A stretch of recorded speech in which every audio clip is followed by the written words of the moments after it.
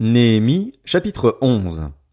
Les chefs du peuple se sont installés à Jérusalem et le reste du peuple a désigné par tirage au sort un Israélite sur 10 afin qu'il vienne habiter Jérusalem, la ville sainte, tandis que les autres restaient dans leur ville. Le peuple a, de plus, béni tous ceux qui se portaient volontaires pour s'installer à Jérusalem.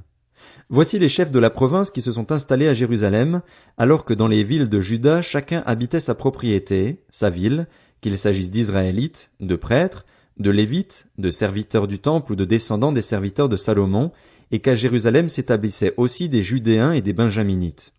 Parmi les Judéens, il y avait Ataja, fils d'Ozias et descendant de Zacharie, Amaria, Shéphasia et Mahalalil, qui étaient issus de Péretz, et Maazéja, fils de Baruch et descendant de Kol-Osé, Azaja, Adaja, Jojarib, Zacharie et Shiloni. Nombre total des descendants de Péretz qui se sont installés à Jérusalem, 468 hommes vaillants. Voici les Benjaminites qui s'y sont installés. Salu, fils de Meshulam et descendant de Joëd, Pédaja, Kolaja, Maazéja, Itiel et Ésaïe, ainsi que, après lui, Gabaï et Salaï. Ils étaient 928. Joël, fils de Zikri, était leur commandant et Juda, fils de Sénua, était le chef adjoint de la ville. Parmi les prêtres, il y avait Jedaéja, fils de Jojarib, Jakin, Séraja, fils de Hilkija et descendant de Meshulam, Tsadok, Merajot et Akitub, qui étaient responsables de la maison de Dieu, et leurs frères chargés des travaux du temple. Ils étaient 822. Il y avait aussi Adaja, fils de Jérokam et descendant de Pélalia, Amtsi, Zacharie, Pashur et Malkija, ainsi que ses frères chefs de famille au nombre de 242, et Amashaï, fils d'Azaril et descendant d'Akzaï, Meshilémoth et Immer, avec ses frères, qui étaient de vaillants hommes, au nombre de 128. Zabdiel, fils de Guédolim, était leur commandant. Parmi les Lévites, il y avait Shemaéja, fils de Hashub et descendant d'Azrikam, Achabia et Buni, ainsi que Shabbétaï et Josabad, qui étaient chargés des travaux extérieurs pour la maison de Dieu et faisaient partie des chefs des Lévites. Matania, fils de Miché et descendant de Zabdi et Asaph, qui étaient responsables d'ouvrir le moment de louange lors de la prière, Bakbukia, son adjoint, qui était un de ses frères, et Abda, fils de Shamua et descendant de Galal et Jédutun. Nombre total des Lévites présents dans la ville sainte, 284. Pour les portiers, il y avait Akub, Talmon et leurs frères gardiens des portes, ils étaient 172. Le reste d'Israël, des prêtres et des Lévites habitaient dans toutes les villes de Juda, chacun dans sa propriété. Les serviteurs du temple étaient installés sur la colline de l'Ophel et ils avaient pour chef Tsisha et Gishpa. Le commandant des Lévites à Jérusalem était Uzi, fils de Bani et descendant de Hashabia, Matania et Miché, qui faisaient partie des descendants d'Asaph, les musiciens en charge des activités de la maison de Dieu. En effet, il y avait un ordre du roi concernant les musiciens et un accord fixait leur part journalière. Pétasja, fils de Méchézabil, qui était issu de Zérar, le fils de Juda, était délégué auprès du roi pour toutes les affaires relatives au peuple. En ce qui concerne les villages et leurs territoires, des Judéens s'étaient installés à Kirjath-Arba et dans les bourgades qui en dépendaient, à Dibon et dans les bourgades qui en dépendaient, à Jékaptsil et dans les villages voisins, à Jéshua, à Molada, à Beth-Palet, à Hatsar-Shual, à Beer-Sheba et dans les bourgades qui en dépendaient, à Tsiklag, à Mekona et dans les bourgades qui en dépendaient, à En-Rimon, à Tsoréa, à Jarmut, à Zanoar, à Dulam et les villages voisins, à Lakis et dans son territoire, à Azeka et dans les bourgades qui en dépendaient. Leur zone d'habitation s'étendait de Beer-Sheba à la vallée de Hinnom. Quant aux Benjaminites, leur zone d'habitation partait de Geba et comprenait Mikmash, Ajja, Bethel et les bourgades qui en dépendaient, Anatot, Nob, Hanania, Hatsor, Rama, Gitaïm, Hadid, Tseboïm, Nébalat, Lod, Ono et la vallée des artisans. Certains Lévites étaient installés dans les parties de Juda rattachées à Benjamin. Néhémie, chapitre 12. Voici les prêtres et les Lévites qui étaient revenus de déportation avec Zorobabel, fils de Shealtiel, et avec Josué, Séraja, Jérémie, Esdras, Amaria, Maluk, Hatush, Shekania, Réhum, Mérémoth, Ido, Guinétoi, Abija, Mijamin, Maadia, Bilga, Shemaéja, Jojarib, Jedaéja, Salu, Amok, Ilkija et Jedaéja. Ceux-ci étaient les chefs des prêtres et de leurs frères à l'époque de Josué. Pour les Lévites, il y avait Josué, Binui, Kadmiel, Chérébia, Juda, Matania, qui était responsable des chants de louange avec ses frères, ainsi que Bakbukia et Uni, leurs frères, qui les assistaient en fonction de leur responsabilité. Josué a eu pour fils Jojakim, Jojakim a eu Eliashib, Eliashib a eu Jojada, Jojada a eu pour fils Jonathan et Jonathan a eu Jadua. Voici les prêtres qui étaient chefs de famille à l'époque de Jojakim. Pour la famille de Séraja, Méraja. Pour celle de Jérémie, Hanania. Pour celle d'Esdras, Meshulam. Pour celle d'Amaria, Jokanan. Pour celle de Mélikou, Jonathan. Pour celle de Shébania, Joseph. Pour celle de Harim, Adna. Pour celle de Mérajot, Helkaï. Pour celle d'Iddo, Zacharie. Pour celle de Guinéton, Meshulam. Pour celle d'Abija, Zikri. Pour celle de Minjamin et Moadia, Piltaï. Pour celle de Bilga, Shamua. Pour celle de Shemaéja, Jonathan. Pour celle de Jojarib, Matnaï. Pour celle de Jedaéja, Uzi. Pour celle de Salaï, Kalaï. Pour celle d'Amok, Héber. Pour celle de Ilkija, Achabia. Pour celle de Jedaéja, Nathanaël. Sous le règne de Darius le Perse, on a enregistré par écrit le nom des Lévites qui étaient chefs de famille à l'époque d'Eliashib, de Jojada, de Jokanan et de Jadua, de même que celui des prêtres. Le nom des Lévites, chefs de famille, a été inscrit dans les annales jusqu'à l'époque de Jokanan, descendant d'Eliashib. Les chefs des Lévites Achabia, Chérébia et Josué, fils de Kadmiel, ainsi que leurs frères qui les assistaient, étaient chargés de louer et célébrer l'Éternel à tour de rôle, suivant l'ordre de David, l'homme de Dieu. Matania, Bakbukia, Abdias, Meshulam, Talmon et Akub, qui étaient portiers, avaient la charge des provisions situées près des portes, et ce à l'époque de Jojakim, le fils de Josué et petit-fils de Jotsadak, ainsi qu'à celle du gouverneur Néhémie et du prêtre et scribe Esdras.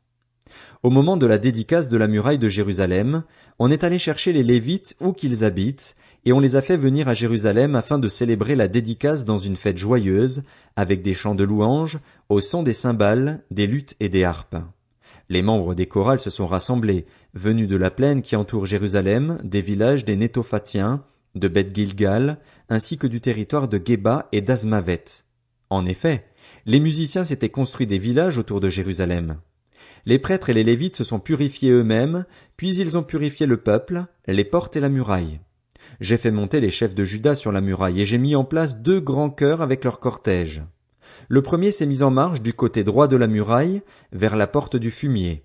Derrière lui marchaient Osée et la moitié des chefs de Juda, Azaria, Esdras, Meshulam, Juda, Benjamin, Shemaéja et Jérémie, ainsi que, parmi les prêtres munis de trompettes, Zacharie, fils de Jonathan et descendant de Shemaéja, Matania, Miché, Tzakur et Asaph, avec ses frères Shemaéja, Azaril, Milalaï, Gilalaï, Maaï, Nathanaël, Juda et Hanani qui jouaient des instruments de musique de David, l'homme de Dieu.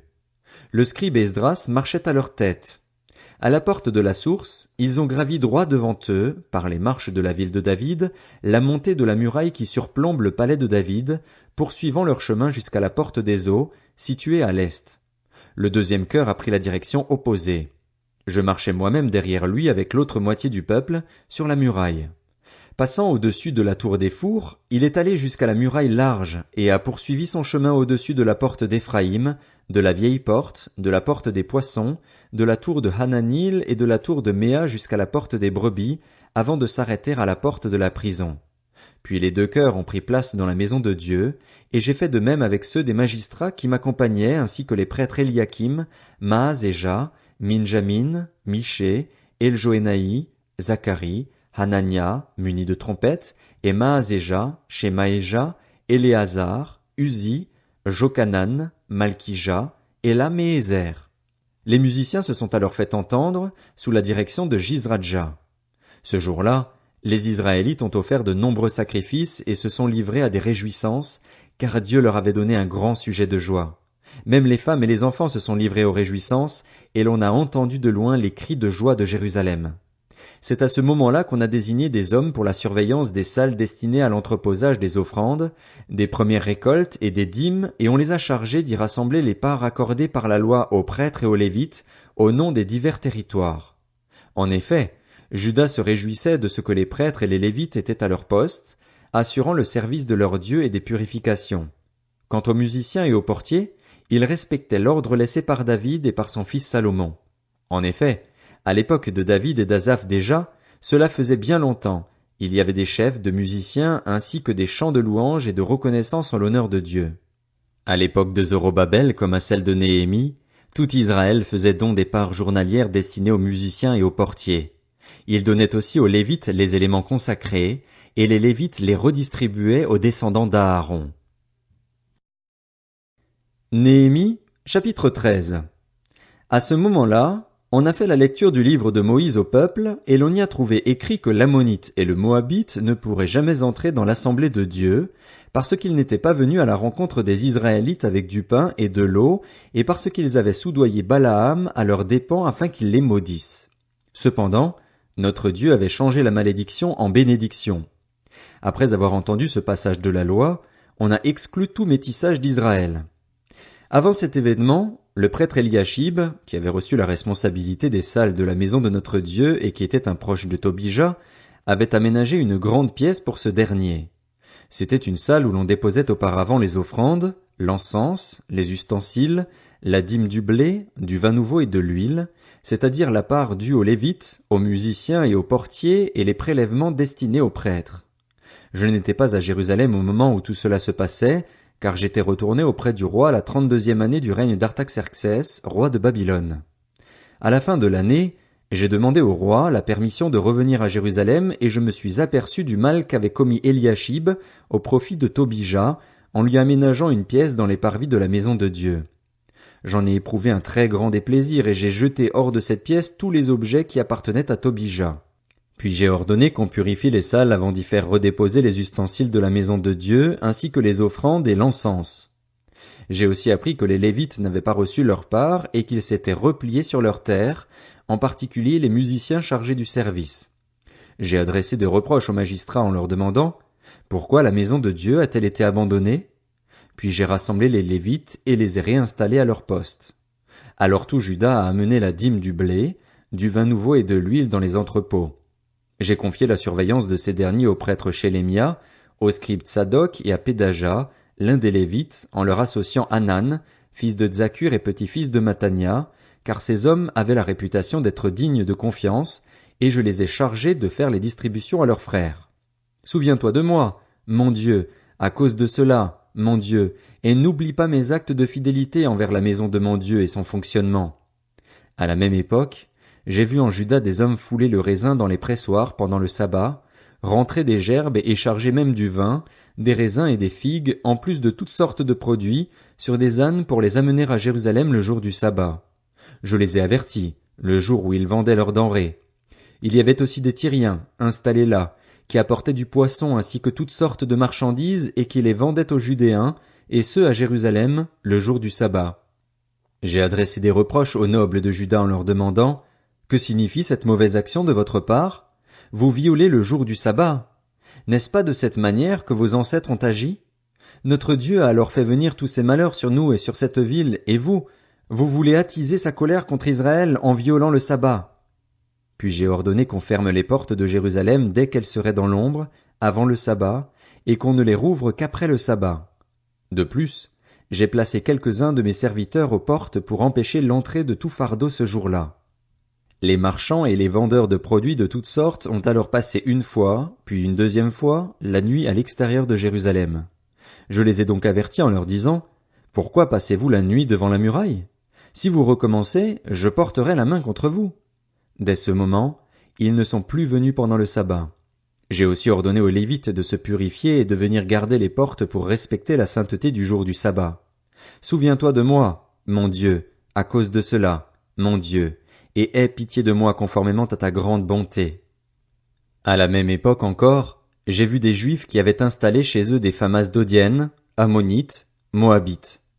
La moitié de leurs fils parlaient l'asdodien, mais ne savaient pas parler la langue des Juifs. C'était comme une langue étrangère pour eux. Je leur ai adressé des reproches et les ai menacés de malédiction. J'ai frappé quelques-uns de ces hommes, leur ai arraché des cheveux et leur ai fait prêter serment au nom de Dieu en disant: Vous ne donnerez pas vos filles en mariage à leurs fils, et vous ne prendrez leurs filles comme épouses ni pour vos fils ni pour vous. N'est-ce pas à cause de cela que Salomon, le roi d'Israël, a péché? Aucun roi n'était son pareil parmi toutes les nations. Il était aimé de son Dieu et Dieu l'avait établi roi sur tout Israël. Pourtant, même lui, les femmes étrangères l'ont amené à pécher. Nous faut-il donc apprendre que vous commettez un aussi grand crime et que vous faites preuve d'infidélité envers notre Dieu en installant chez vous des femmes étrangères? Un des fils de Jojada, le fils du grand prêtre Eliashib, était le gendre de Sanballat, le Horonite. Je l'ai chassé loin de moi. Souviens-toi d'eux, mon Dieu, car ils ont sali la fonction de prêtre et l'alliance contractée par les prêtres et les Lévites. Ainsi donc, je les ai purifiés de tout étranger, j'ai réinstauré le service des prêtres et des Lévites, chacun dans son activité, et j'ai rétabli l'offrande de bois au moment fixé ainsi que celle des premières récoltes. Souviens-toi de moi pour mon bien, mon Dieu.